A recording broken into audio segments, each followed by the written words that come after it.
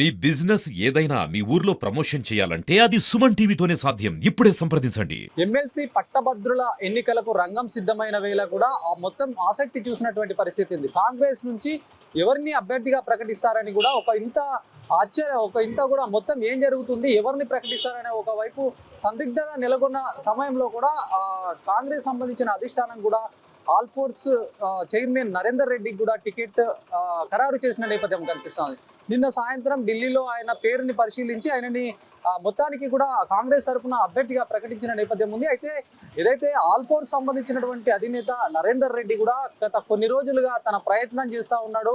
తను ఎట్లయినా సరే ఎమ్మెల్సీ ఎన్నికల్లో ఖచ్చితంగా నిలబడాలనే ఉద్దేశంతో తన వంతు ప్రయత్నంగా కూడా సభలు ఏర్పాటు చేయడము, అందరినీ గ్యాదరింగ్ చేయడము, తర్వాత ఏదైతే మొత్తం ఉమ్మడి నిజామాబాద్ కావచ్చు, కరీంనగర్, మెదక్, ఆదిలాబాద్కి సంబంధించి కూడా పర్యటనలు చేశాడు.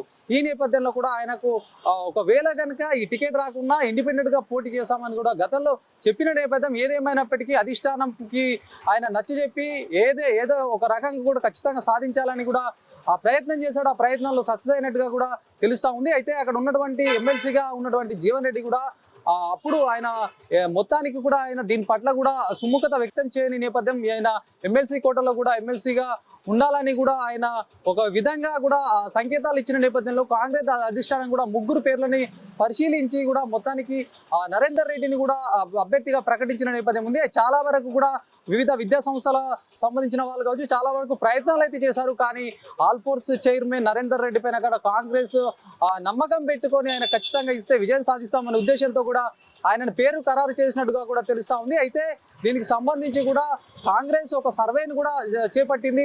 సర్వేలో కూడా ఎవరిని నిలిపితే ఎట్లా ఉంటుందని కూడా ఒక సమావేశం చేసి సర్వే తీసుకున్న తర్వాత కూడా సమావేశం ఏర్పాటు చేసుకొని అనంతరం కూడా ఆయన పేరుని ప్రకటించిన నేపథ్యం. అయితే ఏదైతే నరేందర్ రెడ్డి ఉన్నారో ఈ నరేందర్ రెడ్డి కూడా గతంలో 2018 పీరియడ్లో కూడా ఆయన కాంగ్రెస్ కండువా కప్పుకున్నాడు. అప్పుడు రాహుల్ గాంధీ సమక్షంలో చేరాడు. అనంతరం కూడా ఆయన ఎమ్మెల్యే టికెట్ని కూడా గతంలో ఆశించిన పరిస్థితి 2018లో అప్పుడు ఉన్న పరిస్థితులు కావచ్చు, అక్కడ ఉన్న సమీకరణాలు చూసి కూడా ఆయనని అధిష్టానం ఇవ్వలేని పరిస్థితి. తర్వాత ఎలక్షన్స్ ఏదైతే ఎంపీ ఎలక్షన్ సంబంధించినటువంటి మొన్న జరిగినటువంటి ఎంపీ ఎలక్షన్లో కూడా ఆయనని టికెట్ ఇస్తామని కూడా చెప్పినటువంటి పరిస్థితికి ఆయన సుముఖత వ్యక్తం చేయని పరిస్థితి. ఆయన ఎమ్మెల్సీలో పట్టభద్రుల సంబంధించినటువంటి ఎమ్మెల్సీలో ఆయన ముందుకు వెళ్ళాలనే ఒక నిశ్చయంతో కూడా ఆయన ఇప్పటి వరకు కూడా అలాంటి నేపథ్యంలో అట్లా ప్రచారం చేసుకుంటూ కానీ ఫోకస్ చేసినటువంటి పరిస్థితి ఉంది.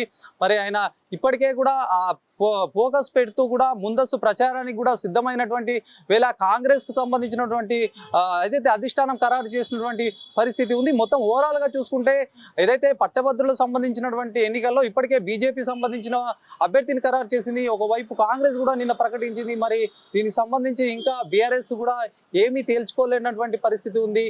మరి Congress versus BJP versus BRS కూడా మొత్తానికి మూడు పార్టీల మధ్యలో కూడా ఒక టఫ్ వాతావరణం ఏర్పడుతుందని కూడా ఎదురు చూసిన నేపథ్యంలో ఇంకా బీఆర్ఎస్ అయితే ప్రకటించలేదు.